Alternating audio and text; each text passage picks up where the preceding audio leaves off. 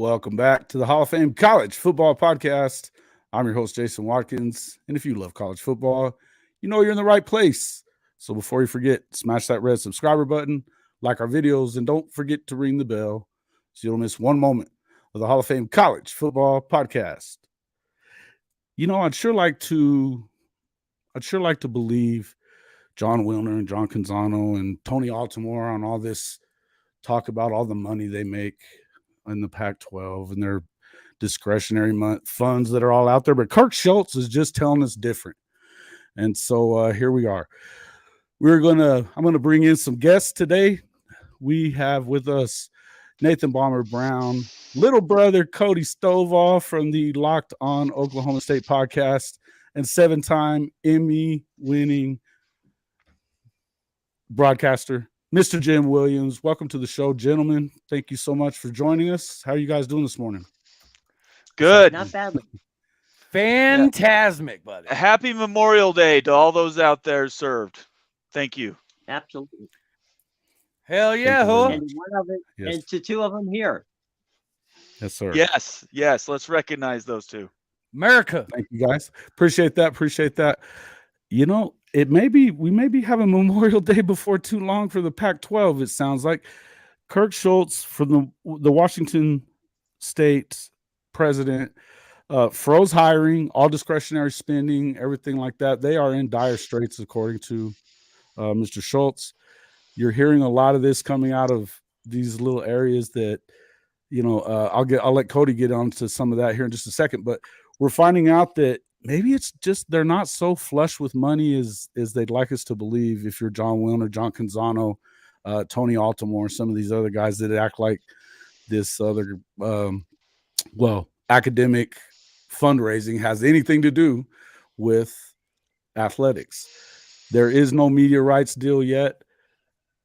What exactly, Jim, I'll just go to you first real quick. What is going on out there? Is this finally going to be the end of the Pac-12 now? Well, let me, if you don't mind, for just a quick second, I won't take long. Let me explain the difference between the money that is research money and that sort of money and how it doesn't really affect the athletic aspect of it. Okay. Yeah, that's what we've been saying. Please do. One is, we're kind of talking about apples and oranges here. There can be no denying that everybody, you know, and again, we can't talk for everybody in the pack. Oh, Oregon, Washington, Stanford, Cal. I mean, no question that you take a look at what money they receive in research. I should not have left out Utah in that. Utah, Oh, Arizona. yeah, you should have. Well, in your case, yes, I should have, but no, but I'm not gonna. Okay, fair enough. All right, so there, you know, it's not like BYU is poor in that regard either. So that aspect is part one of it. Okay, it doesn't have really anything to do with, you know, that's a pot of money at one side of the university. Okay. Right. There is endowment money.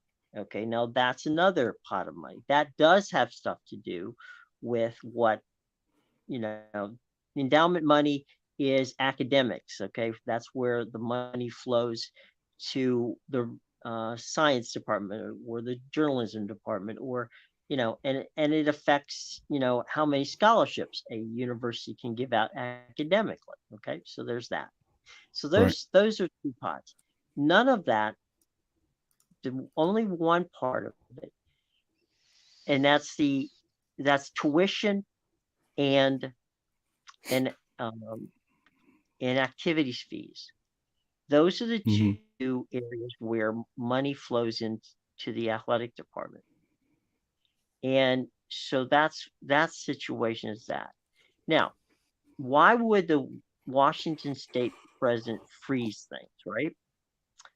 Well, that's a great question. That would come about if he felt that Washington or anybody in the conference was leaving. And why? Because let's be honest, at this point in time, most of the conversation about teams that are, could have, let's put it that way, could have an option, meaning the four corner schools and Oregon and Washington. Sure. We don't hear of Washington State or Oregon State in that conversation as much as the other ones. So their opportunities or options, if this deal doesn't go down, is a very tenuous situation. They could go from getting, what they're getting right now to a Mountain West, which is about $4 million per school, or $5 million if in the new deal. So, Wow. it's a significant hit. So why would the president do that? I think the president would do that because right now there's uncertainty. He does not know how this is going to end. Okay. So he thinks. So you're saying that he thinks that it might be about to blow up. So he's, before it gets crazy, he's cutting down all spending, is what you're saying. Well, I think it's the responsible thing to do. If Right. you don't know what's going to happen, then it's responsible, I would think, to say, all right, we're still here, and Right. believe me, you got to believe that they're going to want this thing to come down in a good way. If not, then their options are going to be extremely limited.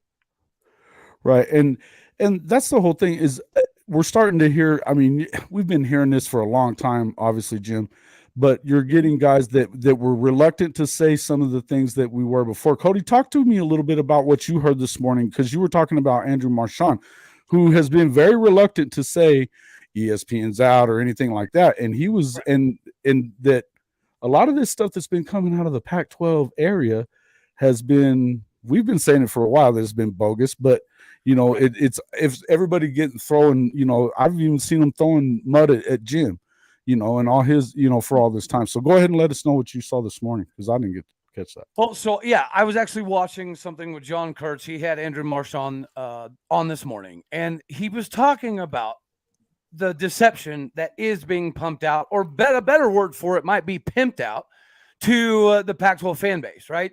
And they also kind of touched on some of the financial stuff. Andrew Marchand had Eric Shanks on his show recently, right? That's the Fox CEO. And he was talking about Fox's current position, their abilities, their willingness to potentially explore, so on and so forth. And I'll tell you, giving more money to the Pac-12 was absolutely not on Fox's agenda anytime soon. So if you have no ESPN, you have no Fox, you have no CBS, no ABC, no Amazon. Now, I mean, the conversation between, are we going to go with the Ion Network or the CW? To me, I don't know. It's almost laughable, right? Because if you're talking about a conversation of the Pac-12 coming from a point of strength, yet you have to sit down and decide if you want to watch Buffy the Vampire Slayer or Stanford versus Wazoo, for an example. Like, it's adorable, but it's seemingly insignificant in my opinion. And people like Andrew Marchand, people like Dennis Dodd, people like Jim Williams that have a lot of credibility. These are the people that get attacked, ironically enough, right? The people that have all the sources in the world. And, like I said, Marchand did talk about, he didn't throw out names because, he's a very kind individual. But I think, we can all sift through the media stuff and find out the people that are pumping out the same stuff over and over and over. But the irritation for me is, and I hope maybe Jim can help me answer this. Sure. Why would somebody that has enough sources to know that something is a factual piece of information, why would they purposely put something out that they know 100% or 99% to be false? That to me just makes absolutely no sense whatsoever. Well, the answer to your question is your credibility is going to go down the tubes if you do that.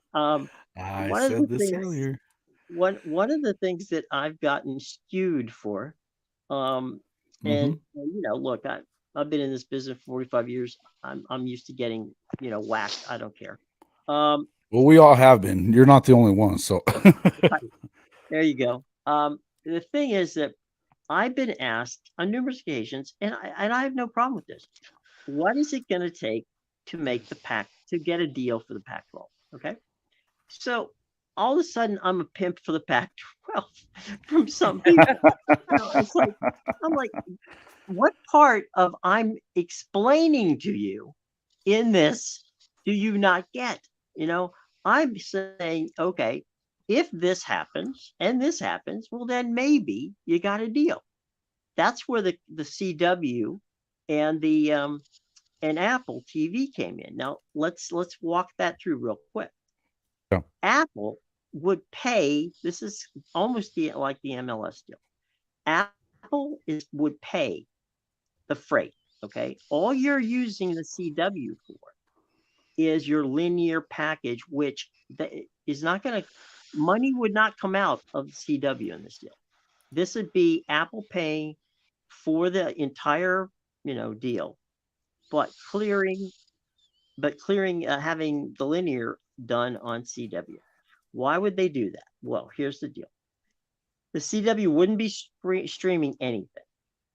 The whole package would be available by buying an Apple package, okay? And it would be on the CW. Now, I will argue that the CW is not a bad option, okay? They are in 100% of the country. And despite what has been reported on a show out of Utah by a person out of Utah, Yeah. the CW. Might that be the Monty? I'm not gonna say anybody. He's taken the Marchand approach, right? Hey, Jim, I knew there was a lot of pimping going on. I didn't know you were the guy. I didn't know you were the pimp in the process. I've been in there. I don't have a hat, so I'm not really good at it. Do you have a cane yet? Well, I have a wheelchair, so that works. Anyway, the deal is that Apple pays the freight. They get the clearance. You can get CW has good windows. CW has good location.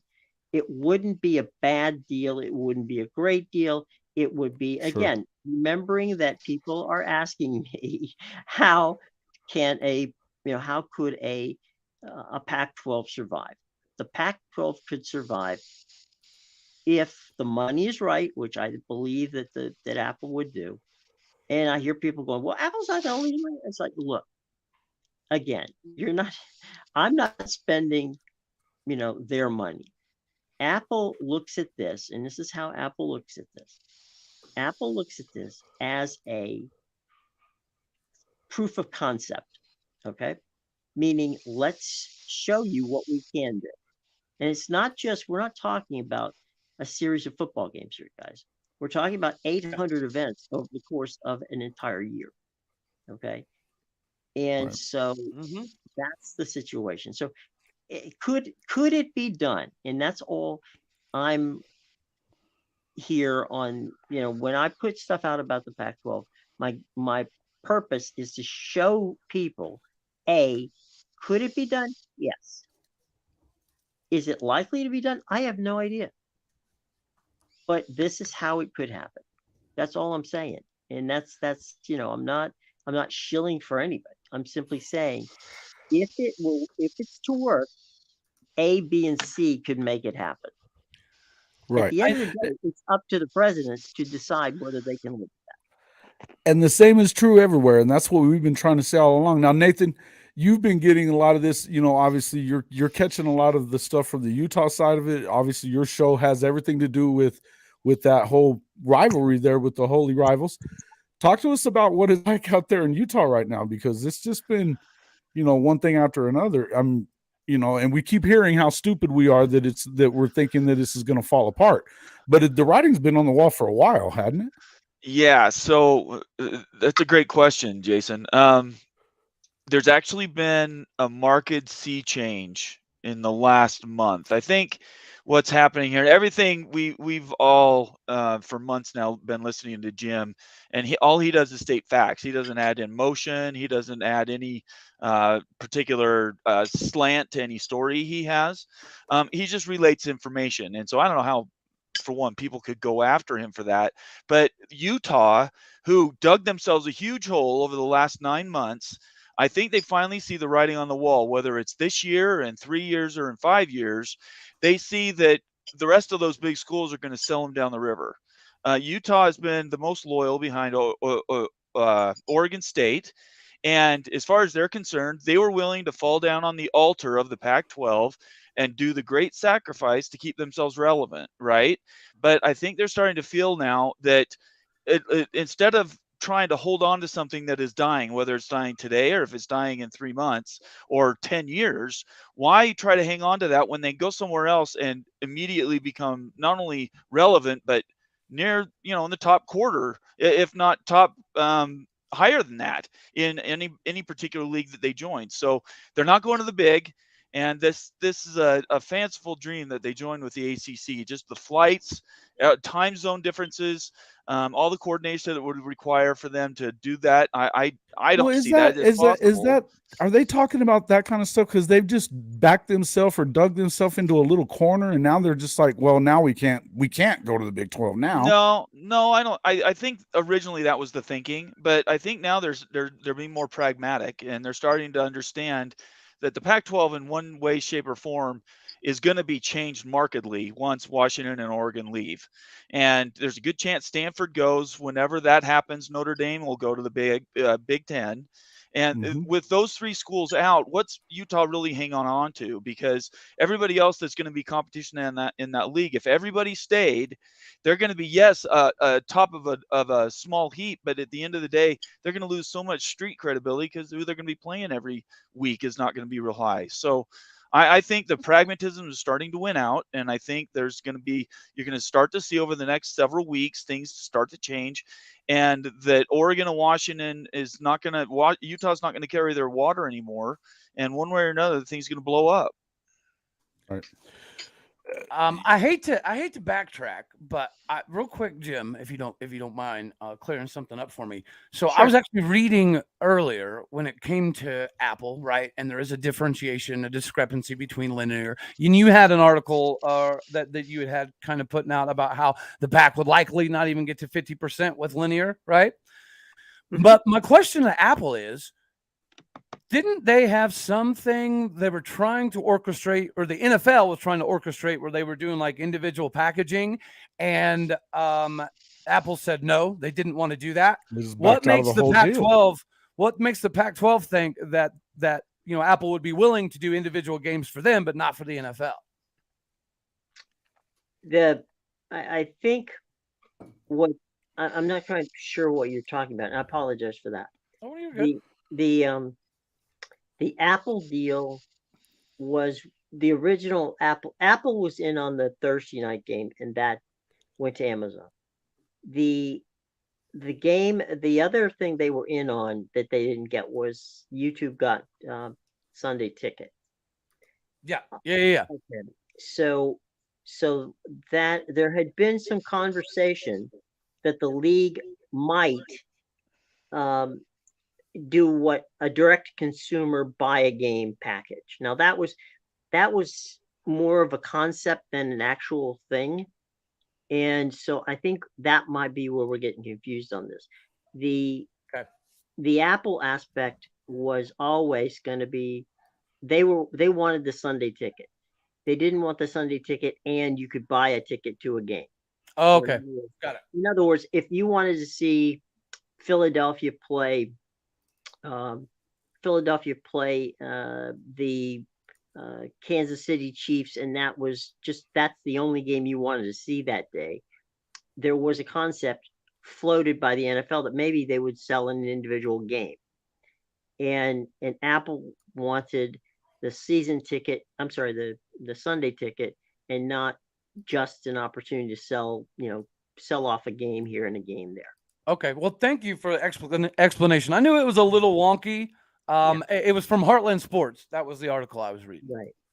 and that was really not Apple's fault. That was kind of the NFL floating an idea out there, and actually, obviously, as we know, that didn't fly by YouTube either.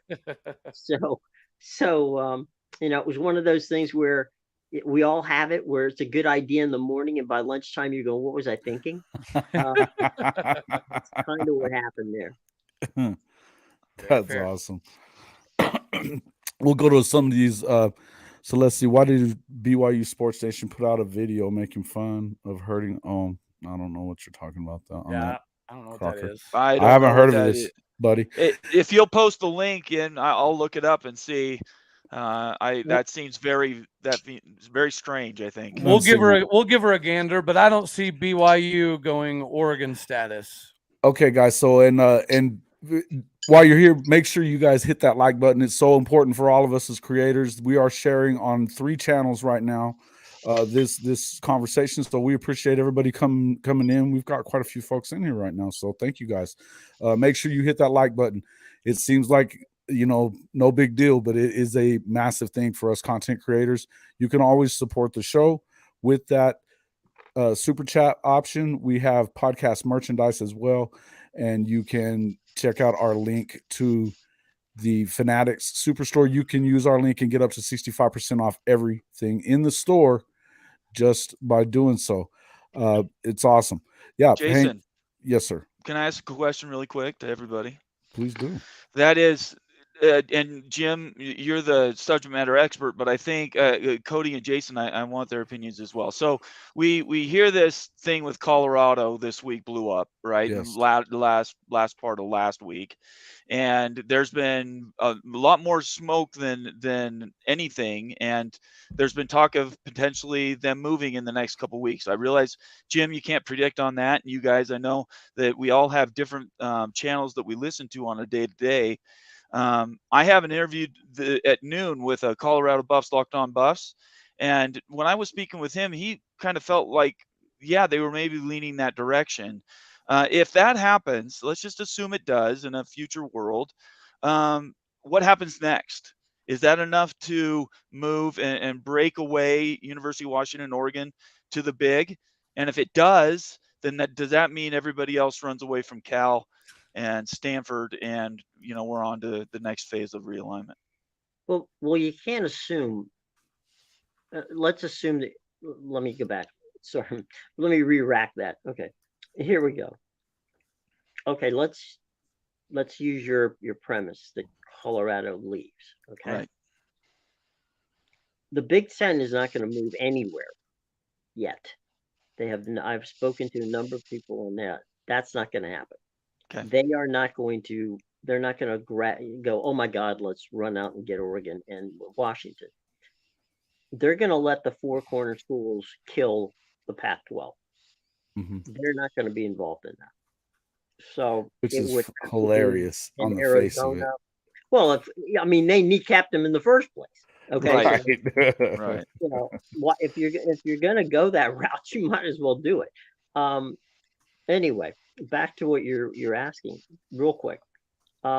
Colorado, it would have to be Arizona State, somebody else is going to have to go, because it's not going to be Oregon and Washington to the Big Ten.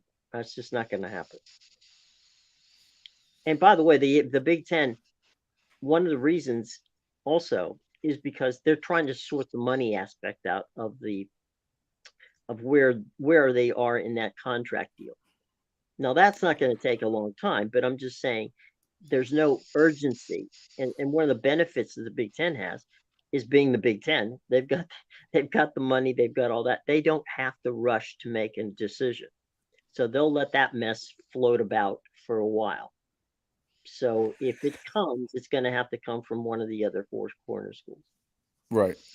And I would tell you that as far as what I think that they've been angling, as far as Colorado's concerned, I think they've been angling back towards the Big 12 since Deion Sanders got to town, because I think so too. Yeah, they've been recruiting.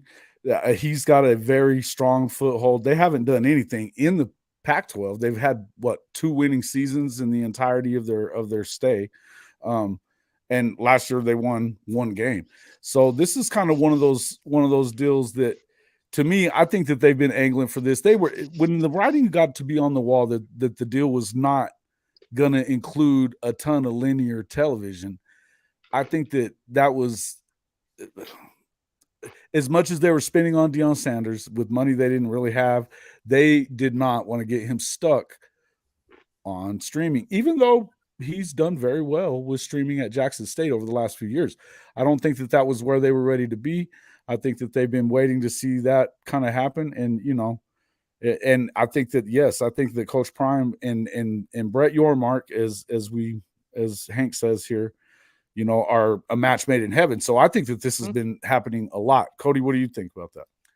Well, so I'm going to take a little bit of a interesting take on it, right? So did you see the article for Barry Trammell? Right? I did. Barry Trammell has been in the media game in Oklahoma for 35 years, right? Yeah. And what's funny is some things I take with a grain of salt because he is an OU homer. It is what it is, right? But I don't think a lot of OU fans believe that. This is why I buy into the brand that he's selling right now. He held on to this story for a little bit over a week, right? So he wanted to vet and this and that and the other. And now he's since come out, and his sources in Colorado are saying this is likely to be a thing. So he's an Oklahoma guy in Oklahoma that primarily covers Oklahoma, and Oklahoma's leaving to the SEC. So Barry Trammell, he does have a dog in the fight, right? Don't get it twisted. But his dog in the fight is not massive. Like, he doesn't benefit a whole lot by Colorado joining the Big 12. It doesn't do a lot for his fan base that he's already accrued over the last 35, 40, whatever odd years, right? So for him to come out with this information and to say that he had spent an entire week of extra vetting, to me, that speaks volumes. And, I have a show every Sunday with my buddies Jason Sherman and Trent Snitz, and we kind of talked a little bit about this Colorado stuff, right? And it's a logical move. Nobody wants to become the next Wazoo. Now, did Wazoo get themselves in hot water with Schulz? Yeah. And if you look back historically, Schulz was the president at Kansas State for 13 years, and it's not like he has glowing reviews at K-State. He did have a couple really good hires that K-State people are happy about. But other than that, apparently he was a big old blubbering buffoon half the time he was there. So K-State fans think this is just par for the course, right? It is what it is. Washington State is in the situation they are in because the situation the Pac-12's in. I mean, heck, every school right now owes darn near $5 million to Comcast for something they had no control over. So every one of these schools, kind of like, you see OU do it, they borrow against future money, right? Well, when you borrow against future money and future money doesn't go so well. What are you doing? I'm sorry? What was that? OU Stadium. They borrowed money against future loans, predicated upon future numbers. That's a recipe for disaster, right? Not whenever you're a powerhouse program, it isn't. Why do you think they went to the SEC? Because they need the money because they're hurting. Come on, man. You know better. Grief. You know Don't you start that. Don't you start that in here, little brother. Don't you even start that crap. Big brother doesn't like to acquire enough facts. Come on now. Don't get me up in here going crazy. Hey, keep the conversation on what we're talking about here. Don't bring OU into this crap. It's a fact. Facts are facts. And Washington State tried to borrow against money just like OU did, and it went negatively. How many other schools in the Pac-12 borrowed against money? They went to the SEC because it's a better freaking. It's actually going to be around, and it's a better. Oh yeah, because you guys are killing it in the Big 12 right now, aren't you? Oh, good. Yeah, they won 6 in a row. You're off the subject here. Knock it off. Yeah. Historically, the OU used to be awesome. That is a fact. Just for the record, Rutgers borrowed against. It happens all the time. The Big 10, $60 million to finish their stadium renovation. And they still, by the way, aren't getting a full share of the Big Ten money. Right. Neither. Yeah, SC and UCLA will before Rutgers does, and they just got there. Yeah, and talk a little bit about that. This is something that we've talked a little bit about, obviously, in our conversations in the past, Jim, is that a lot of this stuff, all these thoughts that Oregon is a shoe-in and Washington and stuff like that, it hasn't sounded like to me that's really something that they're in a big hurry to do if you're the Big Ten.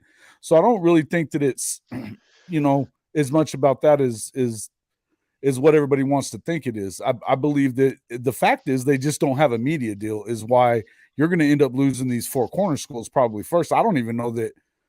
It doesn't seem like to me Oregon and Washington are going anywhere just yet. They don't have anywhere to go. Right. I mean, it's like the three of us, the four of us deciding we'd like to go to a party. Well, if we're not invited to the party, we can be party crashers. But in the case of Oregon and Washington, you can't crash a party that that you're not invited to.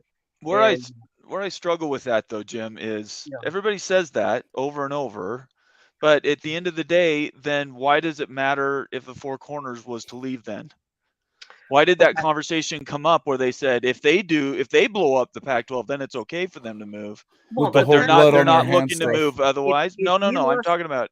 Hey, let me say it again. Go ahead. What I mean is, if there's not the ability for them to move ever, right? Then they could put a stake in the ground right today and shore up the Pac-12, and it could be good for 5 to 7 more years. They could walk out the front porch this morning, put a stake in the ground saying, we are not ever, and they're going to sign a grant of rights and everything. We're not going to the Big Ten. We don't want to. And if they did that, then the entire Pac-12, we wouldn't be talking about realignment anymore. We'd be on to talking about football games and spring practice or summer practice. So I think I know I've heard that several times, and I just don't. That doesn't make any sense to me. Why does it matter if the Four Corners leave first, just so that there's no blood on their hands? So now the Big can take Oregon and Washington at a discount. Why couldn't it be the other way? Let me explain your point, okay? And you've got a good point. The point I should have qualified it with is they, meaning the Big Ten, have said they're not even going to consider Oregon and Washington unless the Four Corner schools go. Now, consider means consider. It doesn't mean invite them. So I think that's where the things get kind of hung up.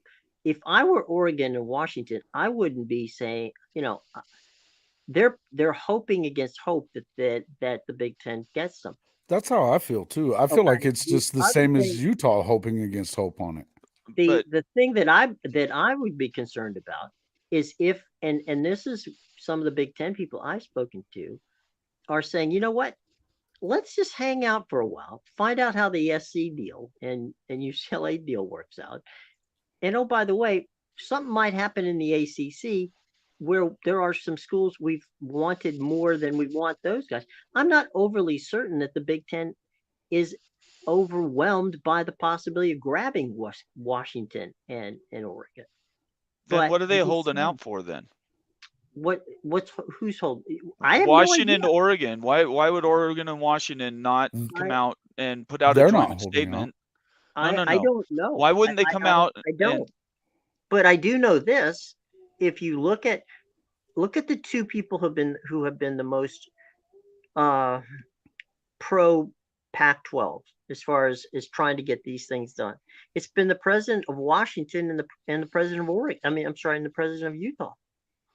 Okay, those are two schools who have options to go places, or you would think. But as I said, if they had options to go places, why would they be trying to keep the Pac-12 together? I don't know. It just doesn't make sense to me from a logical standpoint. Just following, if you were to chart out and graph how this is all gone, it doesn't make logical sense. Well, here's the thing, Bomber. You got to think about that money that they're got a screwy issue going on there in the Big Ten too right now that they have to figure out with their television contract with NBC. Yeah, no, you're missing my point though, Jason. What I'm saying is they could solidify and shore up the Pac-12 today. You're and have a stronger but for how media long, deal. Though? But for how long? You're missing my point. No, you're missing my point. It doesn't matter how long. I'm saying that right this second, if they wanted to move on to bigger things, and I guarantee you these presidents want to go on vacation. They don't want to be talking realignment this summer. Why wouldn't they do it sooner than later? It's because there's a pipe dream. Somebody has put a bug in their ear that this could possibly happen. And what Cody's doing is exactly right. They think they might have money there to go to the Big Ten. Whether it's realistic or not, I don't know. But somebody's told them they have a reasonable expectation to go to the Big Ten. Otherwise, they wouldn't be holding out. for some fanciful invite, they would actually be shoring up the Pac-12 and everybody be walking down the road. I'm just saying if you just break the entire thing down, that's common sense. Sure. No, you're not wrong that. You're not wrong Yeah. on that. What I'm getting at is that I don't understand how you would feel like if they're not necessarily going to go first. And what the other part of it is how do you know that they can shore up the Pac-12? Because I got to tell you, the people that I know in the Pac-12 and that are around some of these other schools, not Oregon and Washington or Stanford or Cal, they're saying, you know what? We are not going to be held hostage by these schools that think that they're so much better than we are.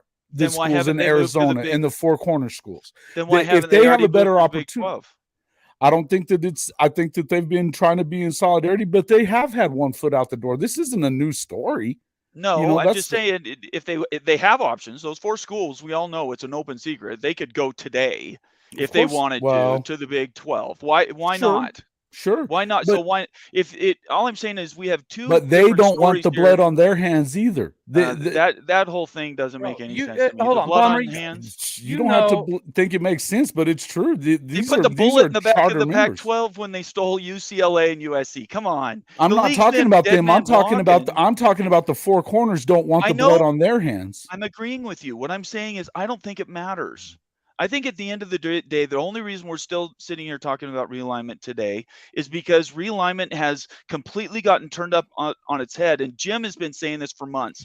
The storylines have been pulled thousands of different ways. And at the end of the day, the argument that they're not going to move because there's blood on their hands, that's nonsense to me. They're a conference that took the 2 biggest brands and already basically put them to sleep. So then if the Four Corners schools could move, what are they holding on to? Well, they're holding on to some fanciful idea that the Pac-12 will stay together and Washington and Oregon can't move to the Big Ten because the Big Ten won't take the Pac-12. I mean, it's all chicken or the egg. None of this makes any sense from a common sense standpoint. That's it. Like, what do you? Everybody in the Pac-12 would like the Pac-12 to stay together, right? So they're all going to wait. Right. They're all going to wait until the actual dollars are announced. Okay.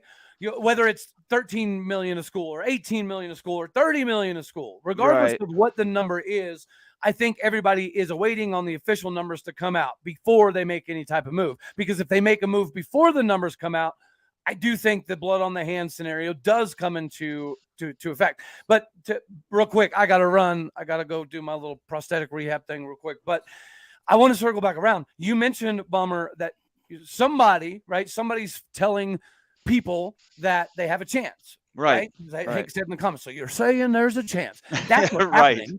And the people that are saying there's a chance are the same people that we've talked about previously. And the ridiculousness of it to me is you have media members that have lost their credibility.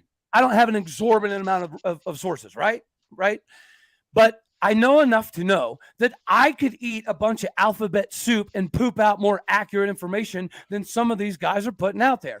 It's purposely deceptive, and it bothers the tar out of me. Jim Williams, you're an absolute legend, sir. I'm greatly appreciative of the time that I got to be on here, Jason.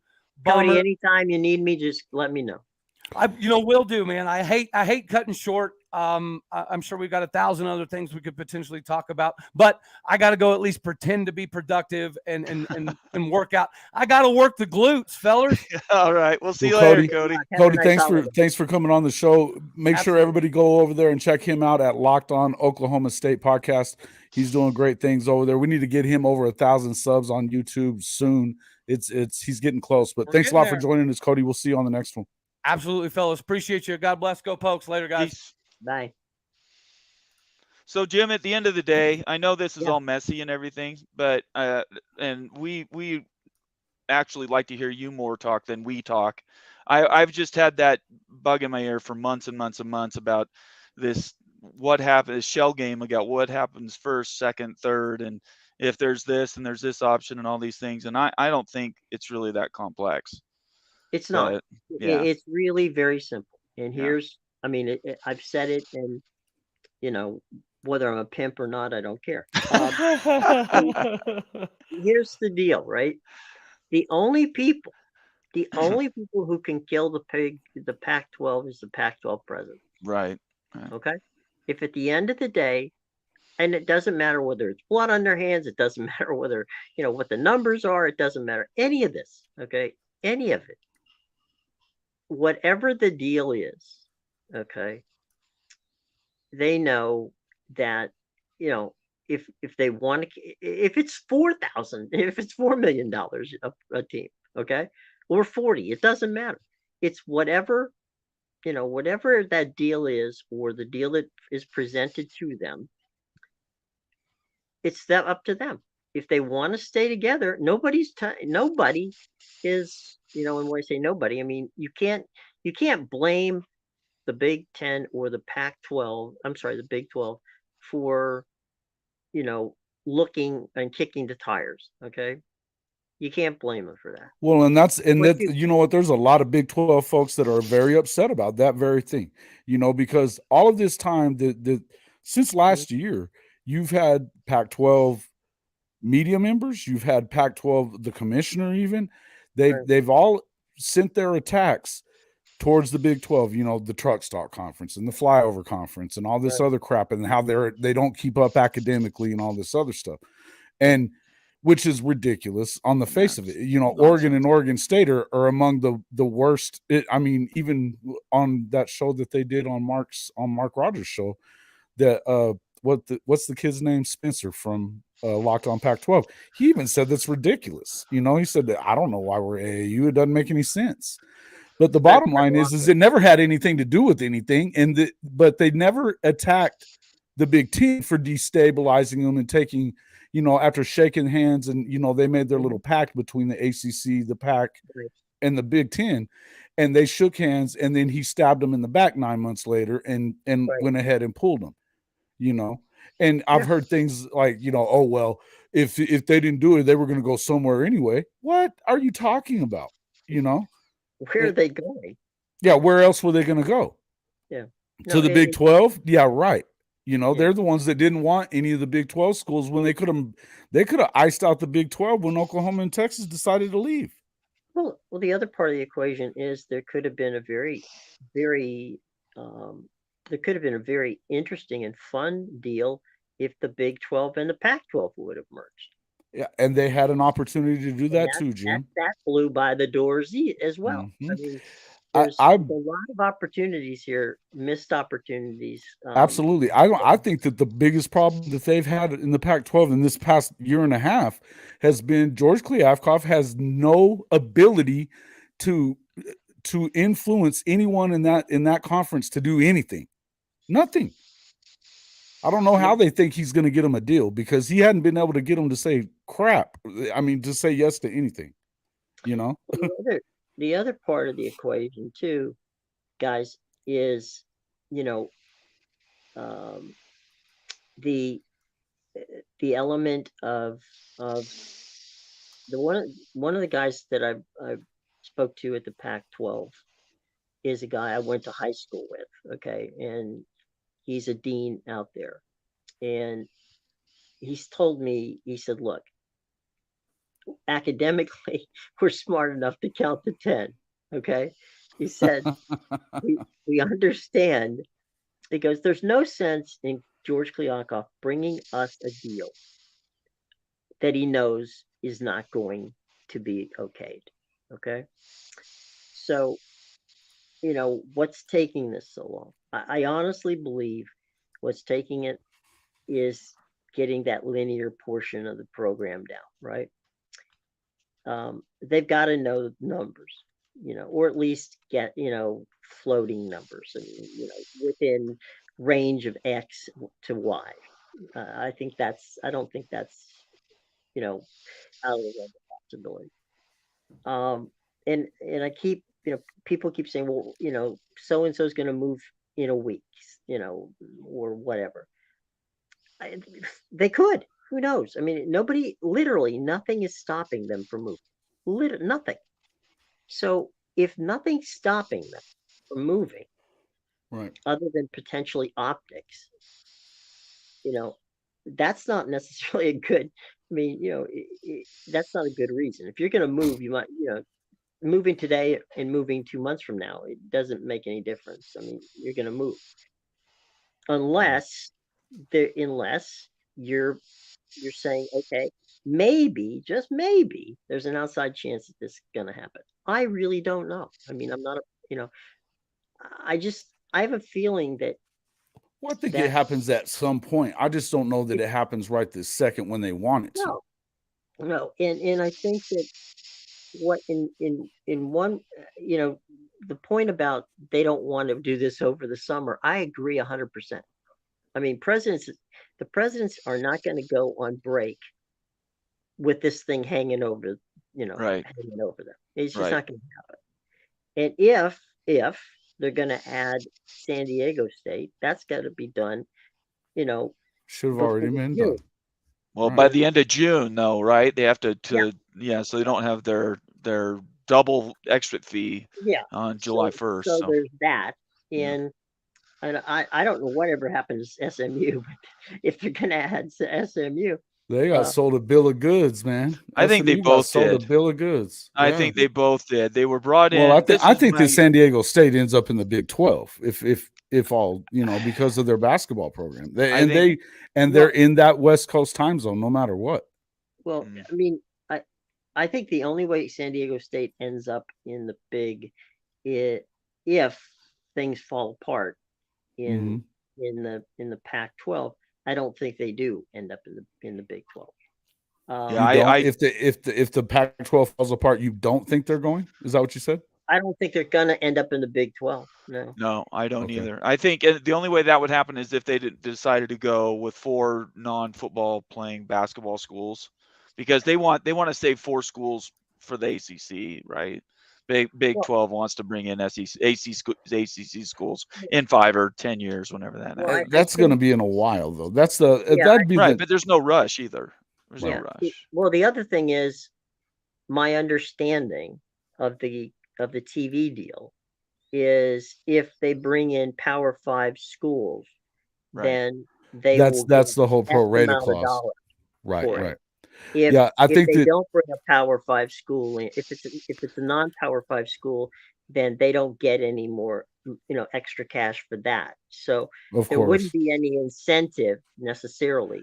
Except for the only thing you question is they played for the national title this year in basketball, and with the way that Brett Yormark is trying to work that next deal is to start getting basketball paid separately and have that be as a different part of it. I feel like obviously Gonzaga is his big target. I think they're already, from what I keep hearing, that ink is dry. They're ready to go as soon as they pull the trigger on it.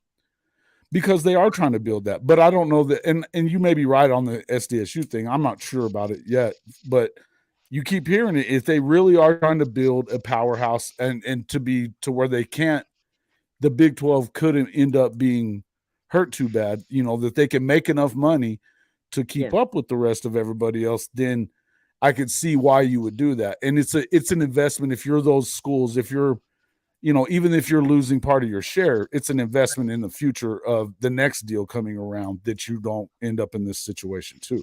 No, I get it. And you're right. But, let me throw this to you guys, right? Okay. A year ago, when it seemed like the conference was on life support, and you added the 4 schools you added was UCF and Cincy and Houston and BYU. I mean, that was a home run, right? Yeah. The opportunity, if the Pac-12, they were the best available for sure. Yeah. If the Pac-12 falls, apart and you end up gaining 4 new schools, that's 8 schools. Okay. Do you even if you're adding, and you can't add San Diego State as just a basketball school because that wouldn't work. Right. So then you move up. You literally go from we're excited about adding 4 to we got now 8. Now we've got you're adding a ton of. Well, I'm just saying logistically and schedule wise, and man, you suddenly only have a year to figure out how to make all of that work. And that's to me, from a logistics standpoint, is it's a nice problem to have, but Yeah. it's a problem to have. It's definitely a problem to have. Yeah, I get it. I so- just think So I would think they would be, over the moon if they ended up with the 4 schools that they brought in originally, and Sure. 4 more schools that they inherited from, a disaster that happened on the West Coast. right. So I think that would be, more than, man, I would think that at that point they'd be getting greedy if they wanted more than that. And I agree with you on that. I think that Yormark is being fairly strategic on it. I don't think that there's any doubt on what CKS is saying right here. There is we've talked about this at length right here, CKS, and we have a lot on all you got everybody's show that we've talked about this on, is that this is what makes college football right here. Right. Rivalries. It doesn't have. It's not about markets. It's not about. It isn't. It's not about that. It's about rival games. This game right here, if you get Utah into the Big 12, and believe me that believe me, it matters to get Colorado too. But Utah is a big grab, even though they're being jerks about it. And the fan base is going to get what it's going to get out of the way that it's acted over the last year and a half.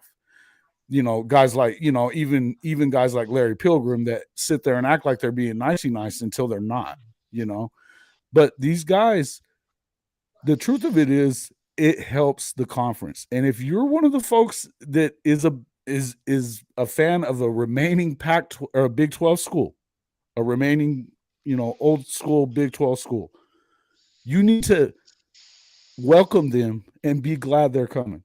Because it's going to help save that conference moving forward. Because without the Red River game, don't get it twisted. Oklahoma and Texas leaving, that's more than 50% of the revenue for that conference. Right. 50%. Do not get it twisted. You need these guys. You need those guys. It was a home run, just like Jim said. But if you don't have a big rivalry there, what do you have?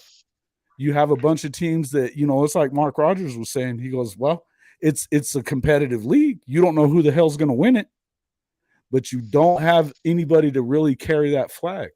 Well, and hopefully think about it comes around, but think about it. If the Four Corners go, you bring back Colorado in, and there's several Midwest teams that would love more pieces. But Colorado hadn't been a powerhouse until now. Now it's good that they're coming back because of Coach Prime, but how long does he stay? No, I don't mean about that. I mean the rivalries. They're used to be playing teams in Texas, teams in Oklahoma, and teams in Iowa, right? They were used to playing those teams. Then you bring in Arizona and Arizona State. That's a pretty big rivalry. And then BYU, Utah, which I think is top 5 in the country. So at the end of the day, that's going to bring eyeballs, and that absolutely, Jason, would shore up the league. And I think at the end, I don't know where this goes in the next 6 weeks, but something has to. Well, it's not even 6 weeks anymore. We're on countdown clocks below 5 weeks. That something has to change. Either nothing changes and they push the media deal into the fall, and we can start talking fall football, or in the next 5 weeks the whole apple cart's overturned, and I think you have 4 schools to the Big 12. And then, for whatever term you want to put to it, the aftermath would be Oregon and Washington to the Big. At some point, that's just what I think. At some point, yeah.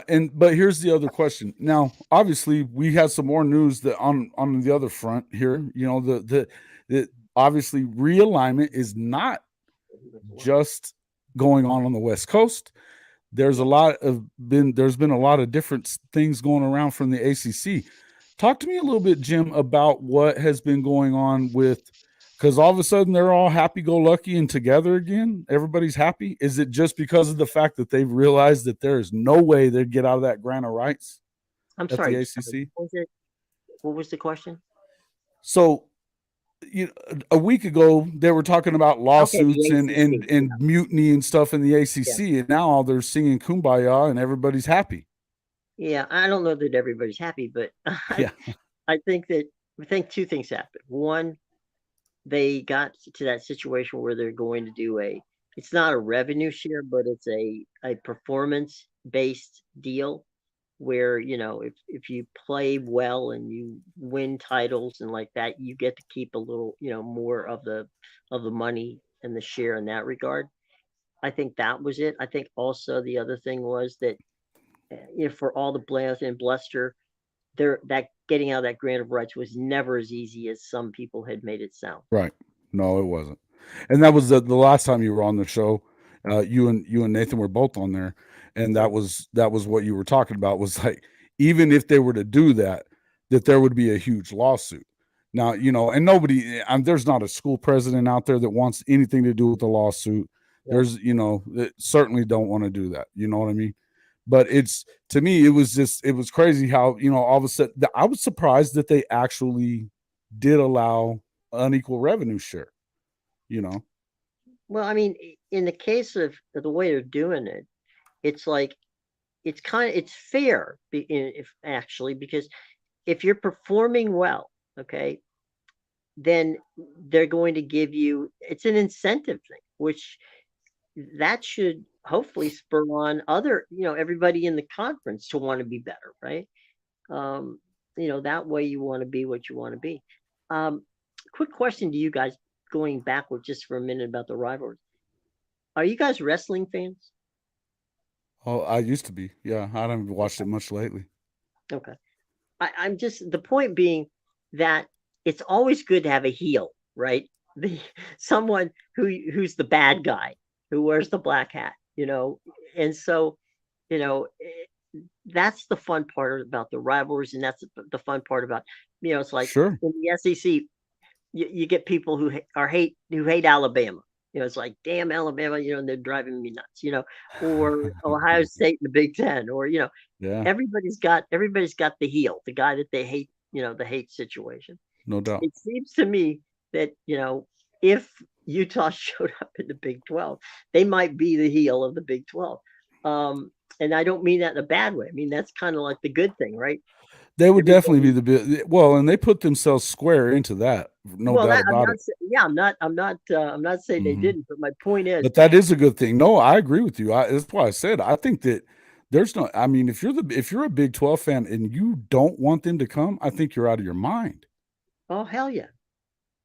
I think you're out of your mind. Bomber, you're muted. You muted yourself.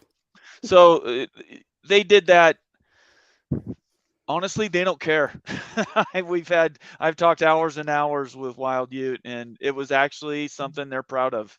So the heel turn and having the bad guy, they don't mind playing that. And frankly, with BYU, we're used to it. Just like Oklahoma and Oklahoma State, you guys had very similar thinking. So none of that bothers Utah. Frankly, I think I don't think it enhances like they think it does, but if they went into the Big 12, I don't think anybody cares. Everybody's going to love to hate them. That's fine. They can't be prima donnas. They can't rule the roost. Like but I already saw something too, that TCU was wanting to ban BYU fans from coming to the games. Well, wait a second. There was a rule. What? There was a notification put out that said they were going to take all season tickets, and they weren't going to sell tickets to visiting.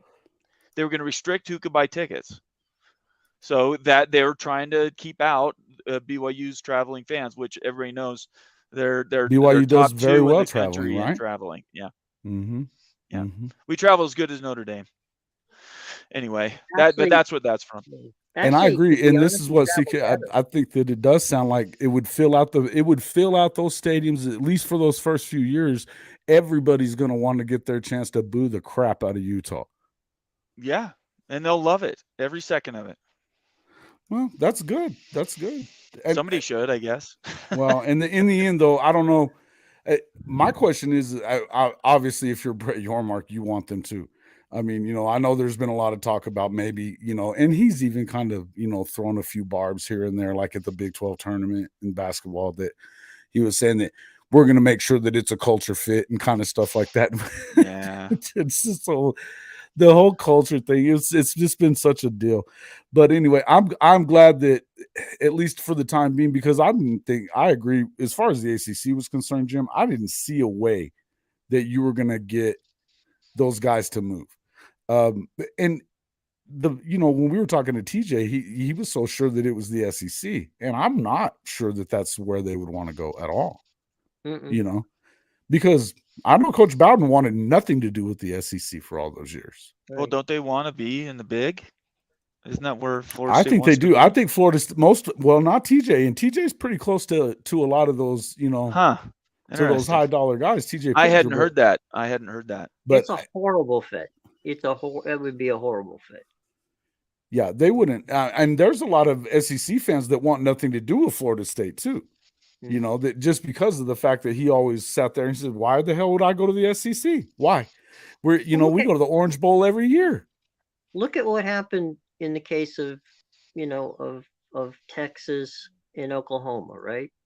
They're the big dogs in the Big 12, all right, for many, many years. I guarantee you, they're not the big dogs in the Southeastern Conference. Nope. I mean, look at Jimbo Fisher. I mean, year in and year out, everybody keeps saying, what a wonderful job he's done of recruiting. Well, great. He's recruiting himself into a 4th place tie in every year too. Yeah. Yeah. The COVID year, they looked a little better, and then he complained about Ohio State getting in over them. Like they were going to put the Aggie into the playoff over Ohio State. Yeah, that would happen when pigs would fly. That's right. Nobody cares about the 6th man. No, they don't. That's true. That's very true. Oh man, no, and I tell you, and then they get the greatest recruiting class in the history of them this past year, and they lose most of those guys. Yeah. And he's standing up screaming about spread and all that stuff. It almost sounded like the Allen Iverson practice rant, when he's in there screaming about, we didn't pay him nothing. You lie through your teeth, man. The Bro Bible's a real thing. Jim, I'm sure you know about the Bro Bible. It's been going around for a long time. Before it was an online thing, it was an actual book. Yep. So anyway. it's I knew that was real, and everybody knew it was real. So it's funny though, but Jimbo Fisher, look what he's doing. He beats Alabama, but then the next year he wins 5 games with the best recruiting class in history. The best recruiting class you can pay for. Yeah, 30 mil. 30 mil. That's insane. That is insane. Guys, I appreciate you guys coming in here. And folks, thanks again for showing up in the comments here and checking out the show. We've got 44 folks in here watching on my channel right now. I hope we have a lot of likes here as well. Guys, anything else? Bomber, you got anything else that you wanted to bring up about this realignment stuff, or are we? I was just going to ask Jim what he thinks. We're in a 5-week countdown now. What do you think happens by July 1st, Jim? What's your crystal ball say? I think that the Pac-12 will put up a number that will be in the 20s, the low 20s. Okay. And we'll see if that's enough to get them by. And linear wise, they'll find somebody to give them close to 50, if not 50. And we'll have to see at that point, whether it is. I mean, the point is they know what they got to do. And so they'll put it up and we'll know at that point in time, we'll know whether they can do it or they can't. And we'll see. I mean, but again, I'm going to say it one last time. The only people that can blow that conference up are the presidents. Right. No, and that's true. And that's something that I think the same is true in every conference. But sure. You've got some commissioners. I think Tony Petitti's going to do a great job. I don't think that obviously the Pac-12 has suffered leadership wise. I know a lot of people think that Bob Bowlesby did a good thing. He did do a good thing by pulling those guys in when he did. He should have done it 4 years before that, and it wouldn't have gotten to that point. That's right. He could have done it 4 years before that and made that league whole and shorted up, and Oklahoma and Texas probably wouldn't have left. Yes. People don't like to talk about that. Well, but Oklahoma when you get a guy like Yormark, a guy like Brett Yormark is there. They're not going anywhere right now. That's the whole thing. Now, not to say that they're not happy about being where they are. As an OU fan, I'm glad to see them going to the SEC. I am. But I got in trouble for saying that, saying that you know, that that the Big 12 passed on BYU three times Yeah. Mhm. and only got them whenever they needed somebody to save the conference. Right. I agree. You I know, agree. because they were saying that, you know, I was a hypocrite for for basically saying, you know, that at one point in time I thought it would be wise if the AAC, the Mountain West, and the Big 12 would merge. Well, that was 1 week after the Oklahoma and Texas decided to leave. Right. I said, you know, let's do a super conference, bring BYU and all these teams together, and we'd have a fun thing. And so they said, well, you're a hypocrite for, you know, for wanting the death of the Big 12 conference. I never said I wanted the death of the Big 12 conference, but okay. Yeah. But, you know, talk about hypocrites. You know, they passed on BYU three times until they absolutely had to. No, I know. And that's the whole thing. Bob Bowlesby, he was always doing reactive things. It was always reactive. And then it wasn't even enough most of the time. And the guy before him, same thing. You know, you can say what you want about Texas, and I agree with a lot of it, that they have been the reason that most of the schools left the Big 12 to begin with, because of the entire Longhorn network. We all know that. It was and by the way, Oklahoma tried to get out too. They tried to take Okie Light with them and go to the Pac-12 at one point. Right. You know, and so all of this stuff has been, I mean, there's been a lot of this stuff, make no mistake, this was because there was poor leadership in both of the conferences. Yeah. And they love to sling mud at each other, like, you know, and like everybody just forgets, Right. you know, that these guys were in charge and did nothing right, you know. No. But I covered the Big 12 long enough to know these guys were knuckleheads, you know. Right.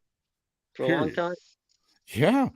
And I mean, but now you got to sit back and realize that you do have somebody good. And I don't know how long Yormark ends up staying around, but you better hope it's for a while, or, you know, obviously he's put a blueprint in place that you can work with. Right. You know? Yeah. It's going to be scary. I think they need to re-up him at some lifetime pay contract. the man. Pay the give man him his $50 money. million a year and just. Absolutely. Yeah, I don't think we're sitting here today if Yormark's not the conference. And I think you're right. I also think one quick thing. I think that the Big 10 did a really smart move by adding Tony Petitti. Tony's a great guy and somebody who I'll tell you what. From this point forward, I don't think anybody should hire anyone for a commissioner who isn't a former television executive. Right. I agree with you, because the old days of it, you know, it working with a former athletic director or whatever, those days, that's not the landscape we live in anymore. You need somebody that knows television promotion and how that works. You need to bring Bob Thompson in. He's like he's the god of all commissioners. Bob would be good. Bob is smart enough to realize that's not something he wants. No, he doesn't. He is. Yes, he is. He would walk away from that in a heartbeat. He'd be like, "No, thanks." He loves his golfing, which I appreciate. was gonna say, yeah, he, you know, that would cut into his tea time, but right, exactly. You know, Bob's smart enough to realize that you can win, but you can also lose in these situations. But right. Jim, real quick, what are your thoughts about the idea of having an overall? I mean, are they gonna? I know this is kind of pushing off topic here, but the NCAA, and they've lost their teeth, it seems like, in a lot of ways. But are we getting to a point now that you're gonna have somebody else that's in control of college football? Are they gonna end up with a czar? I've heard, you know, guys like Joe Platt. Klatt's also said it. Yes, there's been multiple guys that have talked about it. What do you see happening there? I agree. I think it's going to be a while, but you know, but eventually it's going to happen to be that way. And the reason it will be that way, guys, and it's going to, you know, and I'll keep this short. There's a number of very serious lawsuits that are on the horizon that is going to force this into a situation where we're going to have that the football aspect is going to have to be cut from the athletic department in some way, shape, or form, because there's going to be a situation where athletes are going to have to be paid there's the potential of what in essence would be a you know, labor union stuff. a union, right? Like the, you know, NFL. It's what's going players. on in California right now. Yeah. Right. And so there's a number of different lawsuits that will change the face of this of college sports as we know it today. And there's, you know, so yeah, it's going to be a massive change, and the NCAA is going to be so outdated, you know, that it's just not going to be able to. They're not set up to do it, and so they're going to have to set something up in place to make it work, because otherwise, I mean, the NCAA was never set up for NIL. Mm-mm. So no, they just threw that out there after Kavanaugh raked them over the coals. Right. You know, So, they just came up with that out of nowhere. I mean, you know, obviously you had the Ed O'Bannon lawsuit going on, right, but it wasn't because of that. It was because they came on something else, and he Right. ripped them apart on their labor stuff. right. So you could see the writing on the wall then. You know, we Yeah. talked about that on Ty's Around the Table Sports. They talk about that a lot. It's the it's crazy the way that they've gotten away with the things that they have, but it seems to me that there's, you know, they keep trying to say that you're not going to be able to do this or that with transfers. Nothing stops. It continues to happen. You're not supposed to use NIL money to entice. It happens every day, you know, and none of this is, I mean, none of what they say is a rule matters. You know, they acting like they're going to be able to do something about Arizona State. What can they do? You know, whatever Herm was doing down there, I don't see what possible power they have left. You know, they ought to just take their little basketball tournament and run on now, because nobody's listening to them. You know, Well, even that's going to be taken away from them. So anyway, I agree. Thank you. Thanks for the time, Jim. It's been awesome. hey guys, Jim. thanks a lot. If you get a chance at 2:00, I'm gonna do some question and answer sessions over on YouTube. So come on over. Cool. And Okay. we'll do that. And I'm hoping that my studio, which is down the hall here, has the Wi-Fi fixed in it, which is why I'm in the other place. So Okay. anyway. How long do you run that for, Jim? Does that How go long 2 hours? What? Your show at noon or 2 your time. It basically goes till we end up finishing questions. Okay, all right. I've got a show at noon. That's noon my time. Right. But if that ends, I'll hop over there. Thank you for the good. invitation. Guys, thanks so much for both of you coming in, and It's a pleasure, and have a wonderful and safe holiday weekend, guys. Yeah, you guys too. Thank you. Same to you guys both. We'll see you guys on the next one. And folks, Yes, thanks so much for coming in and checking everything out with us. And Jim, again, you know, it's great to always have Jim and Bomber on here. You know, these guys have been great guests. And Bomber, you know, something I was just meaning to tell you, you know, I've been real amazed with the way your channel has grown. And the effort you guys are putting into it over there. I've enjoyed your show quite a bit, man. You know, and I don't always catch it when it's live because I've been pretty crazy busy. You're a busy guy. Yeah. No, well, thank you, moving and Jason. everything. I really, really appreciate that. And we're starting to get a little following. The Holy Rivals, that we're keying into that Utah rivalry. It's been underrepresented now for over a decade, and I really think it'll make college football better. So I appreciate all of the run that you've given us, and all I can say is I appreciate all your fans. And if you get a chance, check us out. Like I said, we run shows anywhere from 2 to 6 times a week. We're not on a particular schedule, but hustling. There's a lot of stuff to talk about. So we appreciate it. Well, and I appreciate you coming on here, and then obviously streaming the show to your channel. I'm happy to do that anytime. Yeah, we can do that anytime you want. That's pretty cool. I'm glad that that's a technology we can utilize. Yeah, no doubt. And I'm working on now. And as I told everybody here the other day on Tuesday, we're working on a deal here in New Mexico. It's actually at the place that I kind of began my career as a journalist in Hobbs. Okay. We're doing some stuff there. We're building a podcast studio. So there's going to be some big changes here for the Hall of Fame College Football Podcast. We're excited about it. That's we're definitely going to start going every day. So awesome. as we get this thing built up, by the time we go by the time the football season gets here, and we are now, do you know the countdown days? Is it 96 We're less than days now? 100 days now. Less than 100 days. I know. Cannot wait, guys. Can you feel the energy in my voice? I just want Buddy. realignment to be done. I just want to turn Yeah, the page. yeah. I'm sick and of let's talking play some realignment. football. It's time to Yeah. start talking real football and Right. what's going to happen out there.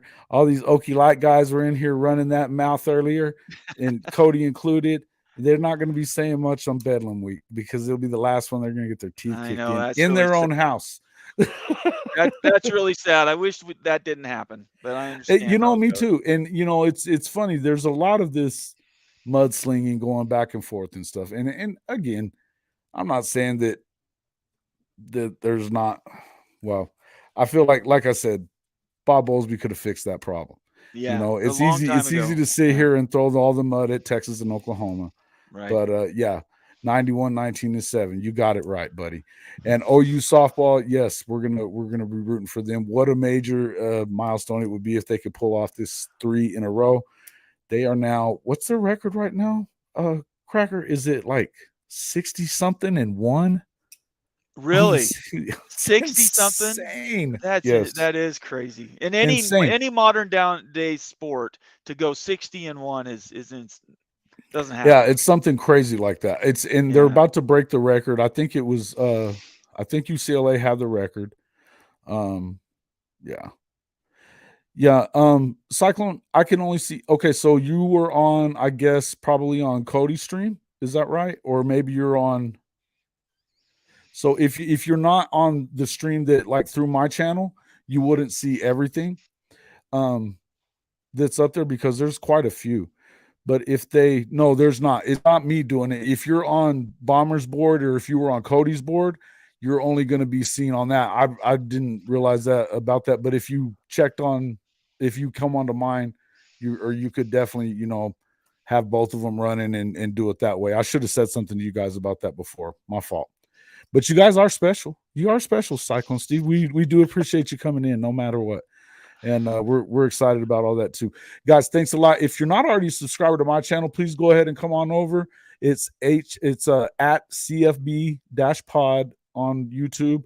And if you're not already a member of Bomber's channel over there at the Holy Rivals, make sure you get over there and do that one as well. That is a great show, man. These guys, and I know not everybody's enjoying Utah right now, but actually Wild U is pretty cool, man. I've enjoyed listening to him too. He's not crazy.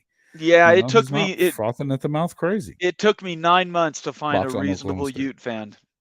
9 months. So, but Yeah, it took they're you 9 starting months to come find a out. reasonable one. Yeah, we Yeah, thought it Larry did. was. I thought Larry Pilgrim. No, was Larry's for a great while. guy. I was saying that tongue in cheek. Part of the reason Larry doesn't have a social media presence. So I tried to find him several times on Twitter and other methods, and he just doesn't participate. He only does He the hangs shows. around on YouTube and just listens so to Altamore. That's his problem. I have great that's his respect for problem. him. I would love to have him on the show, but he's like, nah, I'm okay. Yeah, Wild Ute is fantastic, and we're looking forward to Utah joining the Big 12. You guys are doing a great job, and I appreciate you coming into the show. You bet. Guys, again, thanks a lot. Don't forget, make sure to get over there and subscribe to his channel. We will see you guys on Tuesday for our next live show. Thanks a lot for coming in, and thanks again, Bomber. Peace.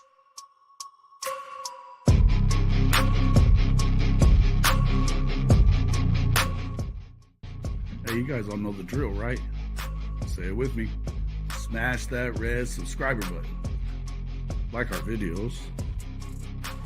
And don't forget to ring the notification bell so you don't miss one moment of the Hall of Fame College Football Podcast.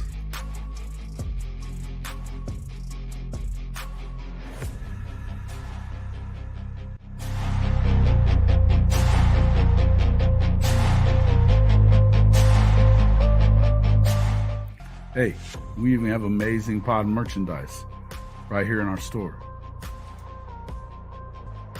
Hey, while you're here, don't forget to check out all these other amazing channels and subscribe to them too.